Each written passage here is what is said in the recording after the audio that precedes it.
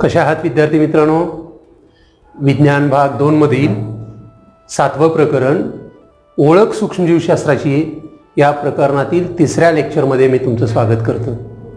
विद्यार्थी मित्रांनो, मागच्या 2 लेक्चरमध्ये सूक्ष्मजीवाचा औद्योगिक क्षेत्रामध्ये कसा कसा उपयोग होतो याची सविस्तर माहिती आपण पाहिली. आता थोडक्यात आपण एक पॉइंट मुद्दा राहिलेला होता औद्योगिक उपयोगातला, तो म्हणजे प्रतिजैविक, आणि मग सूक्ष्मजीवांचे काही इतर उपयोग आपण पाहणार आहोत. त्यातला आहे प्रतिजैविक. काय आहे प्रतिजैविक? अँटीबायोटिक्स असं म्हणतोय. आजारी पडल्यावर आपण जे इंजेक्शन्स घेतोय ते अँटीबायोटिक्स असतात.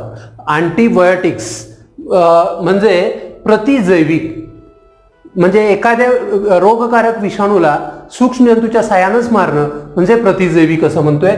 विविध प्रकारच्या जीवाणू आणि कवकापासून मिळवलेल्या प्रतिजैविकामुळे मानव आणि इतर प्राण्यांचे रोग आटोक्यात आलेले आहेत. जे रोग होतात, मग ते जीवाणूजन्य असतील, विषाणूजन्य असतील, तर हे त्या रोगजंतूंना मारण्यासाठी जे प्रतिजैविक अँटीबॉडीज वापरले जातात ते रोगजंतूंना किल करतात, आणि त्याच्यामुळं प्राणी आणि मानवाला हे एक प्रकारचं वरदान ठरलेलं आहे.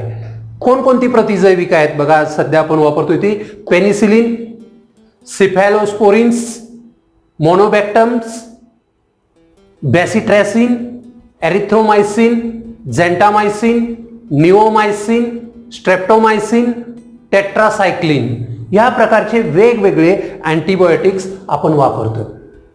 हे वेगवेगळे अँटीबायोटिक वेगवेगळ्या रोगजंतूंना किल करण्यासाठी, मारण्यासाठी अत्यंत उपयोगी आहेत. आणि डॉक्टर ज्यावेळेला आजार प्रमाणापेक्षा बाहेर जातोय त्यावेळेला अँटीबायोटिकची शिफारस करतात.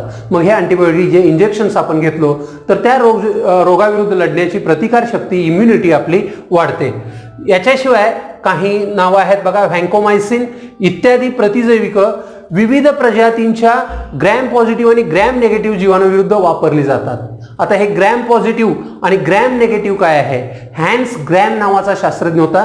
त्यानं या रोगजंतू विरुद्ध लढण्यासाठी जी प्रतिजैविक कशी काम करतात त्याच्याविषयी संशोधन केलं होतं, आणि मग gram positive bacteria, gram negative bacteria या पद्धतीनं त्यानं शोध लावलं. त्याच्यासाठी हे ग्रॅम पॉझिटिव्ह आणि ग्रॅम निगेटिव्ह जीवाणूविरुद्ध हे सगळे अँटीबायोटिक्स प्रतिजैविक वापरली जातात. क्षयरोगाविरुद्ध जे प्रसिद्ध असं रिफामायसिन आहे ते अत्यंत प्रभावी आहे. क्षयरोगाविरुद्ध, टीबी विरुद्ध हे प्रतिजैविक वापरलं जातं. या पद्धतीनं सूक्ष्मजंतूंचा वेगवेगळ्या आजारांना बरं करण्यासाठी एक उपचार म्हणून आपण वापरलं जातो. आता मित्रांनो, आपण पुढे जाऊया आणि या सूक्ष्मजीवशास्त्राची ओळख करून घेत असताना काही महत्त्वाच्या मुद्द्यांची आपण चर्चा करणार आहे. थोडासा विचार करा किंवा सांगा बघू असा एक प्रश्न तुमच्या पुस्तकामध्ये आहे. 3 गोष्टी इथं विचारलेल्या आहेत. बायोगॅस संयंत्र, या बायोगॅस संयंत्रामध्ये कोणते पदार्थ कुजवले जातात? आता गावागावामध्ये बायोगॅस संयंत्र आहेत. गोबर गॅस म्हणताय तुम्ही त्याला. गोबर म्हणजे शेण, बायोगॅस म्हणजे जैविक वायू, गोबर गॅस म्हणजे शेणापासून किंवा जनावरांच्या मलमूत्रापासून तयार केलेला वायू. तर बायोगॅस म्हणजे वेगवेगळे वनस्पती आणि प्राणी कुजून तयार झालेला वायू. त्याच्यामध्ये कोणकोणते पदार्थ कुजतात? तुम्हाला माहिती आहे, गोबर गॅसमध्ये पालापाचोळा कुजू शकतो, प्राण्यांचा अवशेष देखील कुजू शकतात, त्यांचं मलमूत्र कुजू शकतं. त्यातून कोणकोणते उपयुक्त पदार्थ आपल्याला मिळतात? अशा पद्धतीनं प्राणी, वनस्पती त्यांचं मलमूत्र कुजल्यानंतर त्या बायोगॅसमधून किंवा त्या गोबर गॅसमधून कोणते उपयुक्त पदार्थ आपल्याला मिळतात असा प्रश्न विचारलाय. त्यातले एक तर खत म्हणून आपल्याला शेण मिळतं, आणि त्याच्याशिवाय काही वायू देखील आपल्याला मिळतात. विशेष करून मिथेन वायू हा इंधन म्हणून आपल्याला उपयोगी आहे. त्यानंतर कुजण्याची क्रिया कोणामार्फत घडते? त्या गोबर गॅसमध्ये किंवा बायोगॅसमध्ये जे शेण, मलमूत्र, वनस्पती, प्राण्यांचे जे अवशेष आहेत ते सगळे कुजतात, आणि ही कुजण्याची क्रिया कोणामुळे होते? अर्थात कुजण्याची क्रिया, किण्वन क्रिया ही सूक्ष्मजीवांच्या मार्फत घडून येते. नेक्स्ट आपण पाहूया याच्या पुढचा भाग, सूक्ष्मजीव आणि वेगवेगळी इंधनं.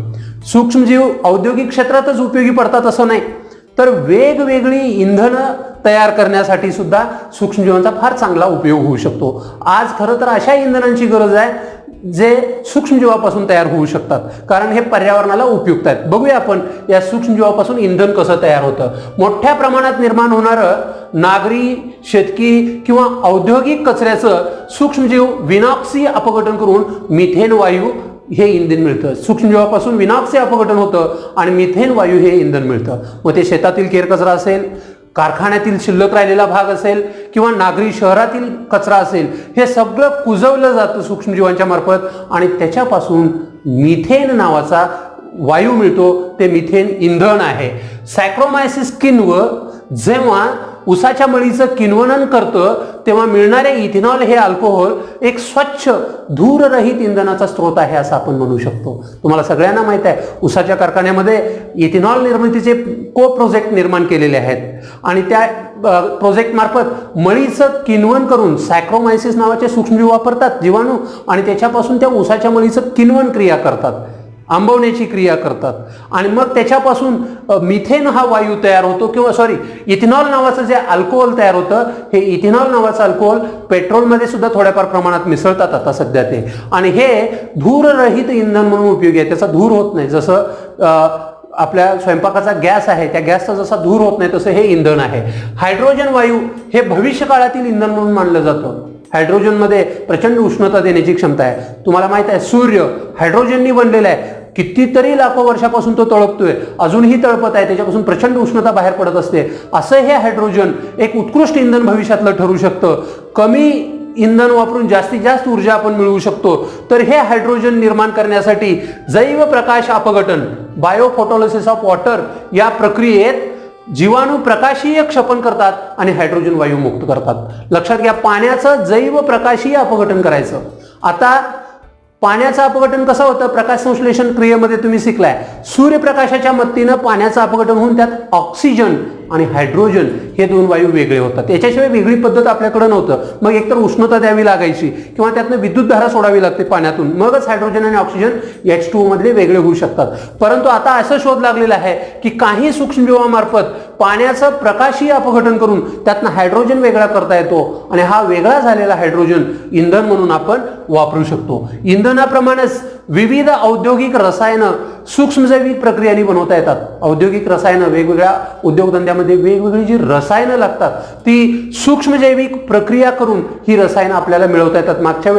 मागच्या लेक्चरमध्ये आपण ही सगळी माहिती घेतलेली आहे. काही उदाहरणं इथं दिलेली आहेत जी सूक्ष्मजीवापासून बनवलेली इंधनाची आहेत. रसायन उद्योगात कच्चा माल म्हणून उपयुक्त ठरणारे विविध अल्कोहोल्स, असेटोन, कार्बनी आम्ल, मेद घटक, पॉलिसॅक्राइड, प्लॅस्टिक आणि खाद्यपदार्थ उत्पादनाचा कच्चा माल म्हणून यापैकी काही उपयोगी आहेत. ज्यावेळी एखादं उत्पादन करायचं असतं त्यावेळी कच्चा माल म्हणून या सगळ्यांचा उपयोग होत असतोय. मित्रांनो, थोडंसं शेजारी एक आकृती दिलेली आहे तुमच्या पुस्तकात पान नंबर 82 वर 82 वरती, आणि या आकृतीचं निरीक्षण करा असं म्हटलेलं आहे आणि जैव इंधनाच्या संदर्भात चर्चा करा. जैव इंधन म्हणजे सजीवांच्या पासून तयार केलेलं इंधन, सूक्ष्मजीवांच्या पासून मदतीनं तयार केलेलं इंधन, त्याला आपण जैव इंधन म्हणतोय. तर या आकृतीचं थोडंसं निरीक्षण करा. सुरुवात आपण इथून करूया. हे जैव वस्तुमान आहे. मग हे वनस्पती असतील किंवा प्राणी असतील, हे शक्यतो इथं वनस्पती घेतलेला आहे. वनस्पती आणि प्राण्यांच्या अवशेषापासून सुद्धा इंधन तयार होऊ शकतं असं मी सांगितलं. ह्या वनस्पतींचं कापणी करतोय आपण, मळणी करतोय शेतातल्या पिकांचं, आणि मळणी केल्यानंतर त्या वनस्पतीमध्ये सेल्युलोज नावाचा घटक असतोय. ते सेल्युलोजवरती प्रक्रिया केलं आणि किण्वन केलं, सेल्युलोजचं साखरेत रूपांतर होऊ शकतं. सॅक्रोमायसिस किण्व आपण बघितलंय, त्यात शुगर असतं, ग्लुकोज असतं, आणि मग या सॅक्रोमायसिसमध्ये सेल्युलोजचं साखरेत रूपांतर झाल्यानंतर त्याचं किण्वन करून काही द्रवरूप इंधनं, इथेनॉल सारखी इंधनं किण्वनानं द्रवरूप जैव इंधनाची निर्मिती होऊ शकते. आणि हे द्रवरूप इंधन वेगवेगळ्या कार असेल, ट्रक असतील किंवा विमानं असतील यांच्यासाठी आपण वापरू शकतो. आणि एकदा काही इंधनं वापरली तर याच्यातून इंधन जळलं, इंधनाच्या ज्वलनानं कार्बन डायऑक्साईड वायू तयार होतो. हे कार्बन डायऑक्साईड वायू तयार झालेला परत निसर्गात जातो. निसर्गात बघा परत सौर ऊर्जा आणि कार्बन डायऑक्साईड या दोन्हींचा उपयोग करून हिरव्या वनस्पती पुन्हा वाढतात आणि मग ते अन्न म्हणून वापरतात. या पद्धतीनं इंधन म्हणून वापरलेलं कार्बन डायऑक्साईड निसर्गात जाईल आणि तेच पुन्हा वापरून वनस्पती वाढतील. हे एक चक्र आहे. यालाच आपण जैव इंधना संदर्भातलं चक्र कसं कार्य करतं हे इथं पाहिलं. तर इथं याला जैव इंधन असं का म्हटलंय? कारण नवीकरण योग्य ऊर्जा स्रोतामध्ये जैव इंधन हे एक महत्वाचं इंधन आहे असं म्हणता येईल. नवीकरणक्षम म्हणजे पुन्हा पुन्हा निर्माण करता येतं. तुम्हाला माहिती आहे पेट्रोल डिझेल वगैरे जे कच्च्या पेट्रोलियम पासून तयार होतात, त्यांच्या विहिरी असतात, खाणी असतात, त्या खाणीतून ते पेट्रोल ज्यावेळी आपण काढतो त्यावेळी ते कधी ना कधी संपणार असतं. कधी ना कधी त्यातलं पेट्रोलियम कच्चं पेट्रोलियम संपतं, कारण ते नूतनीकरण करता येत नाही, पुन्हा पुन्हा ते निर्माण करता येत नाही. पण वृक्ष मात्र पुन्हा पुन्हा लावता येतात. हे इंधन निर्माण करणारे जे वृक्ष आहेत, जट्रोपासारखे वृक्ष, एकदा ते वापरले, तोडून टाकले, त्याचा वापर केला की पुन्हा आपण वृक्षारोपण करून 4-5 वर्षात ती झाडं मोठी होतात, परत त्याच्यापासून आपण इंधन तयार करू शकतो. म्हणून हे एक रिन्युएबल नवीकरणक्षम ऊर्जा स्रोत आहे असं म्हणून समजायला हरकत नाही. त्यानंतर ही इंधनं, जैव इंधने जी आहेत ती घनरूप आहेत. घनरूप कोणती? दगडी कोळसा आहे, शेण आहे, पिकांचे अवशेष आहेत, लाकूड फाटा वगैरे, हे सगळं घनरूपात मिळतात. द्रवरूपात सुद्धा काही इंधनं मिळतात. वनस्पती तेल आहेत, जट्रोपासारखे आहेत, किंवा काही तेलं मिळतात, ते वनस्पती तेल आहेत. अल्कोहोल आपण बघितलं मगाशी, इथेनॉलची निर्मिती केली, हे द्रवरूपात आपल्याला इंधनं मिळू शकतात. वायुरूप इंधनं सुद्धा आहेत. उदाहरणार्थ गोबर गॅस, आपण मिथेन वायू मिळवतोय. कोल गॅस, कोळसा जाळल्यानंतर जो वायू मिळतोय तो कोल गॅस. लाकूड जाळला, लाकडापासून कोळसा तयार झाला, तो कोळसा जाळला तरी सुद्धा आपल्याला कोल गॅस मिळतो. अशा स्वरूपामध्ये म्हणजे स्थायू, द्रव, वायू या तिन्ही स्वरूपामध्ये हे इंधन आपल्याला उपलब्ध आहे. ही इंधनं मुबलक प्रमाणात आणि सहज उपलब्ध होऊ शकतात. झाडं कुठेही वाढू शकतात आणि मोठ्या प्रमाणात ही वनस्पती वाढत असल्यामुळं हे कुठेही आपल्याला सहजपणे इंधनं उपलब्ध होऊ शकतात. भविष्य काळात भरवशाची अशी ही इंधनं आहेत, ज्याच्यावर विश्वास ठेवता येईल, भरवसा ठेवता येईल अशी ही इंधनं आहेत. 100% आपल्याला मिळतील. पण पेट्रोल सारख्या गोष्टी आहेत त्या एकदा संपल्या तर परत निर्माण होणार नाही. ते निर्माण व्हायला काही लक्षावधी वर्ष जावे लागतात. पण ही झाडं मात्र कमी कालावधीमध्ये, विशेष करून जी वनस्पती आहेत त्या कमी कालावधीमध्ये आपल्याला वाढवता येतात आणि त्याच्यापासून इंधन मिळवता येतं मित्रांनो. त्यानंतर सूक्ष्मजैविक प्रदूषण नियंत्रण. एक इंधन म्हणून आपण सूक्ष्मजीवांचा कसा वापर करू शकतो हे पाहिलंच, पण याच्याशिवाय या सूक्ष्मजीवांचा प्रदूषण नियंत्रण करण्यासाठी सुद्धा वापर करता येतो. आपण बघायला लागलो हे सूक्ष्मजीव किती प्रकारे मानवाला उपयोगी आहेत. सहज कल्पना करा तुम्ही, आश्चर्य वाटेल. सूक्ष्मजीव विविध मार्गाने मानवासाठी आणि या सृष्टीतील सर्व प्राण्यांसाठी उपयोगी ठरत आहेत. प्रदूषण नियंत्रणासाठी सुद्धा या सूक्ष्मजीवांचा चांगला उपयोग होऊ शकतो. पोल्युशन कंट्रोलसाठी सुद्धा याचा चांगला उपयोग होऊ शकतो. बघा, वाढत्या लोकसंख्येबरोबर घनकचरा असेल, सांडपाणी असेल, विविध प्रदूषक हे घटकही वाढत चाललेत. लोकसंख्या वाढायला लागलेली आहे, प्रदूषण वाढायला लागलेलं आहे. हे सगळे घटक निसर्गामध्ये मिसळत आहेत आणि त्यांच्याबरोबर पसरणारी रोगराई, होणारा पर्यावरणाचा ऱ्हास या जागतिक समस्या झालेल्या आहेत. सगळीकडे जगात समस्या आहे. त्याच्यामुळे रोगराई पसरायला प्रदूषणामुळं. त्याच्याशिवाय पर्यावरणाचा ऱ्हास व्हायला लागलाय, पर्यावरणाचं नुकसान व्हायला लागलंय. विशेषतः लोकसंख्येची उच्च घनता असणाऱ्या भारतासारख्या देशामध्ये शहरं या समस्यांनी ग्रस्त आहेत. भारत हा प्रचंड लोकसंख्या असणारा देश आहे. जगात 2 नंबरची लोकसंख्या भारताची आहे. आणि मग इथं जी शहरं आहेत त्या शहरामध्ये मोठ्या प्रमाणात प्रदूषणाची समस्या आहे आणि शहरं या सगळ्या प्रदूषणाच्या समस्यांना ग्रासलेली आहेत. अशा वेळेला समस्यांचं योग्य वेळी आणि योग्य प्रमाणात निराकरण न केल्यामुळं सर्व सजीवांच्या पुढच्या पिढ्यांचं जीवन अवघड ठरेल. जर योग्य वेळी आपण हे प्रदूषण नियंत्रणात आणलं नाही, योग्य उपाय केले नाहीत, योग्य उपचार केले नाहीत, तर या प्रदूषणाचं अक्राळ विक्राळ रूप नक्कीच मानवजातीसाठी किंवा इतर सजीवांसाठी सुद्धा हानिकारक ठरू शकतं. मग अशा वेळेला सूक्ष्मजीवांची पर्यावरणीय भूमिका फार महत्त्वाची आहे. कसे सूक्ष्मजीव प्रदूषण नियंत्रणासाठी उपयोगी ठरतात हे आता आपण पाहूया. बघा, प्रदूषण नियंत्रणामध्ये कसे उपयोगी पडतात सूक्ष्मजीव? बायोगॅस संयंत्र, मगाशीच विचार केला आपण. बायोगॅस संयंत्र, गोबर गॅस संयंत्र, खड्डा मारलेला असतो आणि त्याच्यावर झाकण ठेवलेलं असतं. कुजलेला कचरा आहे, उकिरडे आहेत, उघड्यावरती ठेवण्यापेक्षा ते बायोगॅस केलं तर त्याच्यातून मिळणारा मिथेन वायू आपल्याला इंधन म्हणून उपयोगी पडतो आणि कचरा सुद्धा होत नाही. बायोगॅस संयंत्र. कंपोस्ट निर्मिती, तुम्ही शिकलाय कंपोस्ट खत.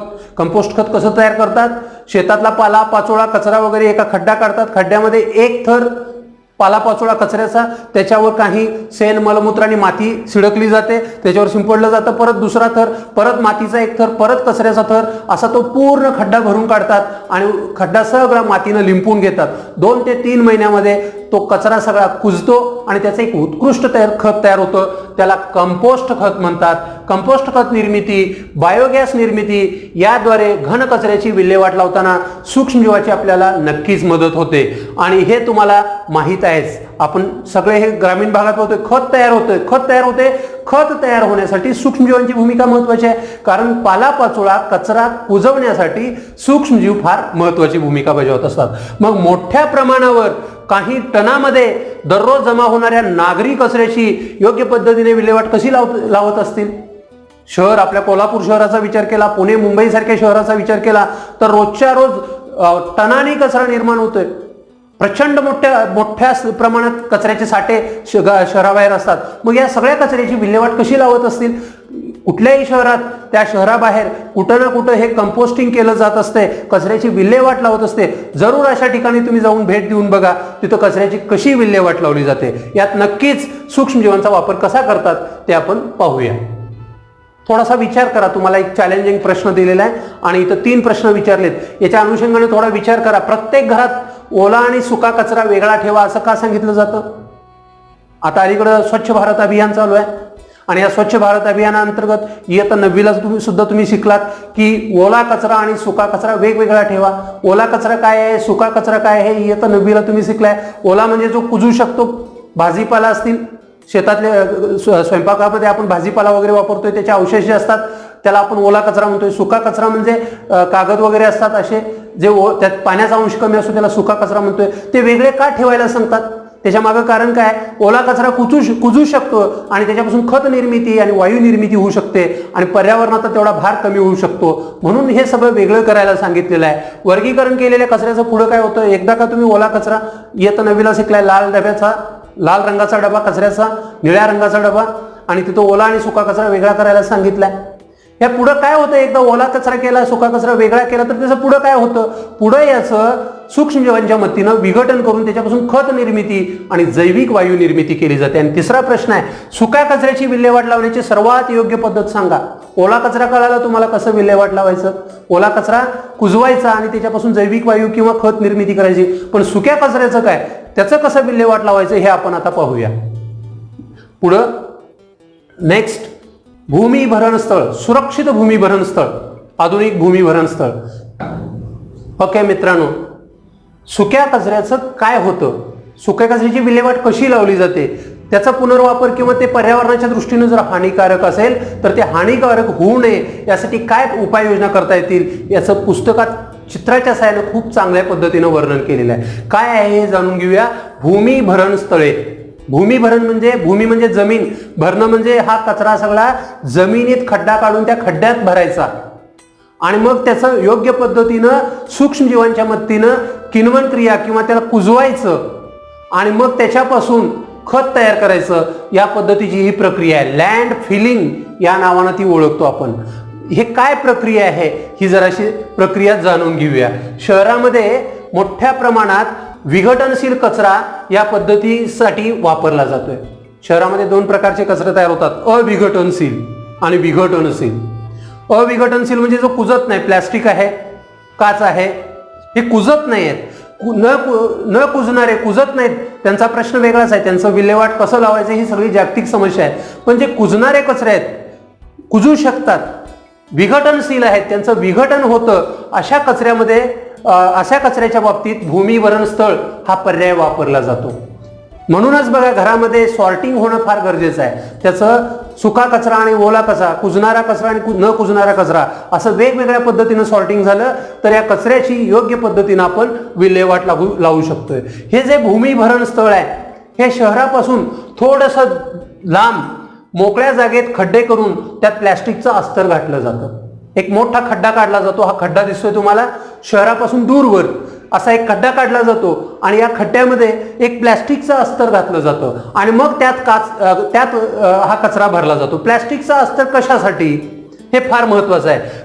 प्लॅस्टिकचं अस्तर एवढ्यासाठी घालायचं की तो खड्डा खणल्यानंतर त्यात आपण ज्यावेळी कचरा भरतो त्या कचऱ्यात असणारे, नको असणारे अशुद्ध घटक, विषारी घटक नजीकच्या पाण्याच्या साठ्याला मिसळू शकतात. हे पाण्याचा साठा दिसतोय, एखादा झरा जाऊ शकतोय आणि त्या झऱ्याला मिसळले तर त्या आजूबाजूच्या परिसरामध्ये असणाऱ्या विहिरी असतील, बोरवेल्स असतील, कूपनलिका, त्या पाण्याला त्या स्त्रोताला पाण्याच्या हे विषारी पदार्थ जाऊन मिसळतील आणि इनडायरेक्टली मग जलप्रदूषण होईल आणि असं प्रदूषित पाणी नागरी वस्तीतल्या लोकांना पिण्याची वेळ येईल किंवा त्या परिसरातल्या लोकांना पिण्याची वेळ येईल. म्हणून हे जे विषारी घटक आहेत ते जलस्रोताला मिसळू नयेत यासाठी त्याच्या खाली पूर्णपणे प्लॅस्टिकचं अस्तर अंतरलेलं असतं आणि मग हा खड्डा काढल्यानंतर हे प्लॅस्टिकचं अस्तर अंतरल्यानंतर इथं काय करतात, कचरा आणून भरतात यात आणि कचरा आणून भरल्यानंतर त्याच्यामध्ये वेगवेगळ्या पद्धतीने सूक्ष्मजीवांचा वापर करून कुजण्याची प्रक्रिया केली जाते. बघा, कचऱ्यातील अशुद्ध किंवा विषारी द्रव झिरपून मातीचं प्रदूषण होऊ नये, जलप्रदूषण होऊ नये यासाठी काळजी घेतली जाते. सुरक्षित भूमिभरण स्थळ म्हणजे खड्डा काढला आणि त्यात नेऊन कचरा भरलं एवढ्यावर विषय संपत नाही. इथला कचरा प्रदूषक आहे म्हणून दुसऱ्या ठिकाणी नेऊन पुरला तर त्या परिसराला आपण का धोक्यात घालायचं, तिथले जमीन तिथले जलस्रोत का नासवायचे. त्यासाठी ही आकृती पुन्हा एकदा समजून घ्या.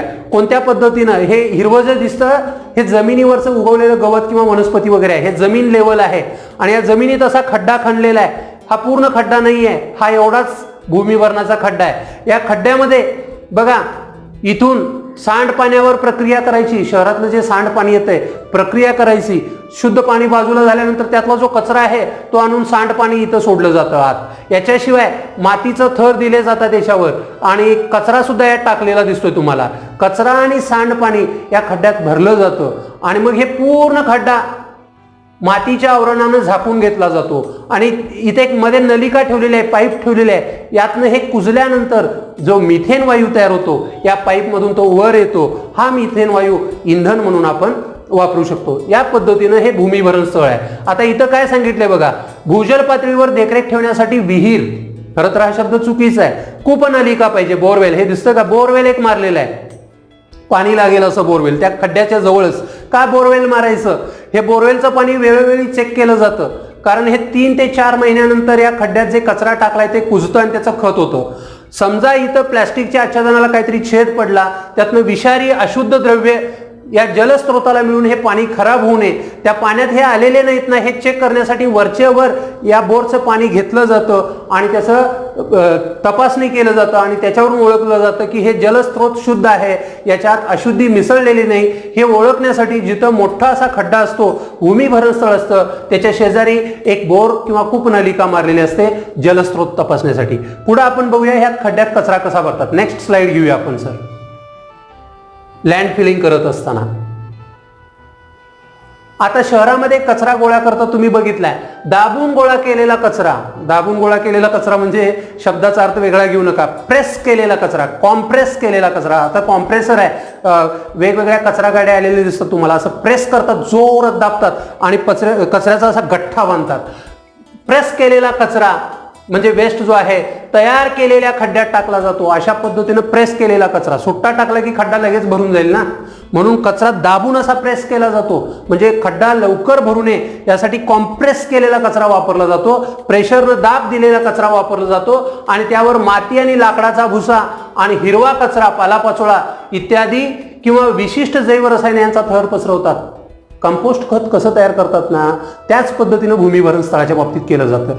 कचरा दाबून खड्ड्यात भरला जातो, एक थर कचऱ्याचा, त्याच्यावर मग काही माती असेल, लाकडाचा भुसा असेल किंवा पालापाचोळा टाकला जातो आणि मग त्यात काही विशिष्ट जैवरसायनं देखील सूक्ष्मजीवांची टाकली जातात. काही ठिकाणी त्यात बायोरिएक्टर्स मिसळले जातात. बायोरिएक्टर्स म्हणजे सूक्ष्मजीव मिसळले जातात.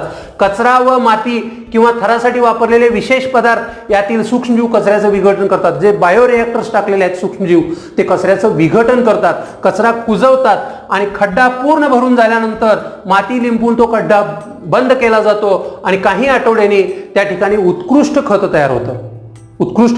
पूर्ण खड्डा भरून घेतला जातो, वर खड्डा असा मातीनं लिंपून घेतला जातो आणि आत विनाऑक्सी शोषण होऊन सूक्ष्मजीव तो कचरा पूर्णपणे कुजवतात. त्याच्यापासून मिथेन वायू सुद्धा तयार होतो, ते मागच्या चित्रात आपण पाहिलं. या पद्धतीनं भूमिभरण स्थळामध्ये कचरा कुजवला जातो आणि त्याच्यापासून खत आणि मिथेन वायू निर्मिती केली जाते. खत काढल्यानंतर काय होतं बघा, रिकामं झालेलं भूमिभरण स्थळ पुन्हा वापरता येतं. खत तयार झालं 3 महिन्यामध्ये, 2 ते 3 महिन्यामध्ये, तर ते खत काढून घेतात, खत शेतकऱ्यांना विकतात आणि परत रिकामा झालेल्या खड्ड्यामध्ये नवीन कचरा आपण भरू शकतो. या पद्धतीनं शहराच्या नजीकच्या भागामध्ये सुरक्षित अशी ही भूमिभरण स्थळं तयार केलेली आहेत आणि यांच्यामुळं मोठ्या प्रमाणात कचऱ्याची समस्या संपवत आलेलो आहोत आपण.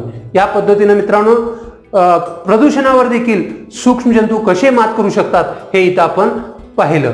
आता एक शेवटचं स्लाइड आपण पाहूया की एक निरीक्षण करायचं आहे माझा. पुढचा तास जो असेल त्या तासासाठी हे निरीक्षण तुम्हाला नक्कीच उपयोगी पडेल. बघा, ग्रामपंचायत, नगरपालिका किंवा विशेष महानगरपालिका मोठमोठ्या असतात, पुणे मुंबई सारखे महानगरपालिका असतील, नगरपालिका असतील, कोल्हापूर सारखी महानगरपालिका असेल, कचरा उचलणाऱ्या गाड्यांचं निरीक्षण करा. मगाशी मी सांगितलं कचरा कॉम्प्रेस करतात, कसा करतात याचं जरा निरीक्षण करा. मोठमोठ्या शहरामध्ये महानगरपालिकांच्याकडनं काही असे कचरा गोळा करणाऱ्या गाड्या निर्माण केल्या आहेत ज्याच्यामध्ये कचरा असा कॉम्प्रेस केला जातो, प्रेस करून त्याचे विटा बनवल्या जातात आणि अलीकडे त्या गाड्यामध्येच कचरा दाबून त्याचं आकारमान कमी करण्याची सोय करलेली आहे.